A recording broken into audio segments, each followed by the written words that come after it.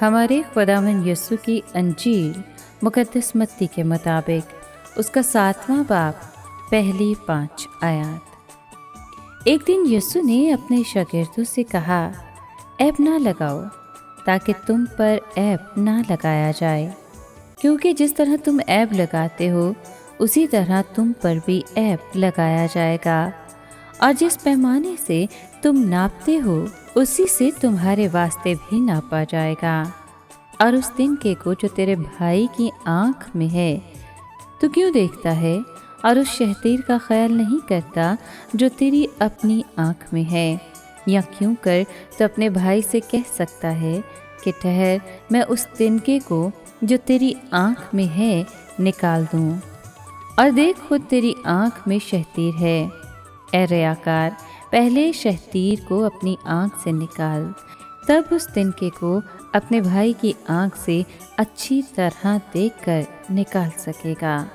पाक कलाम के पढ़े और सुने जाने पर खुदावंद की बरकत हो, खुदा का शुक्र हो। अजीज दोस्तों, मसीह यीशु ये नहीं चाहते थे कि उनके शागिर्द फरीसियों की तरह दूसरों की नुक्ताचीनी करें, क्योंकि ये एक संगीन गलती है। उन्होंने वहाँ मौजूद लोगों से कहा, आप अपने भाई से ये कैसे कह सकते हैं, आओ कि मैं तुम्हारी आँख से तिनका निकाल दूँ, जबकि तुम्हारी अपनी आँख में शहतीर है और तुम उस शहतीर को नहीं देख सकते। रियाकार, पहले अपनी आँख से शहतीर निकाल लो, फिर तुम्हें साफ नज़र आएगा कि तुम अपने भाई की आँख से तिनका कैसे निकालोगे। लेकिन इसका मतलब ये नहीं था कि हमें दूसरों की गलत सोच को हमेशा नज़रअंदाज करना चाहिए, क्योंकि यीशु मसीह ने ये भी कहा कि पाक चीज़ें कुत्तों के आगे ना डालें और अपने मोती सूरों के आगे ना फेंकें। खुदा के कलाम की सच्चाइयाँ कीमती मोतियों की तरह हैं।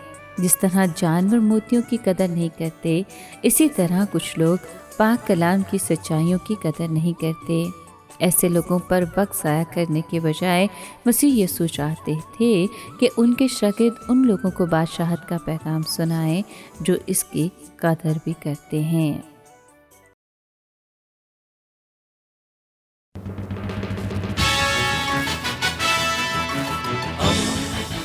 दोस्ती का पैगंबर, रेडियो वेरितास एशिया।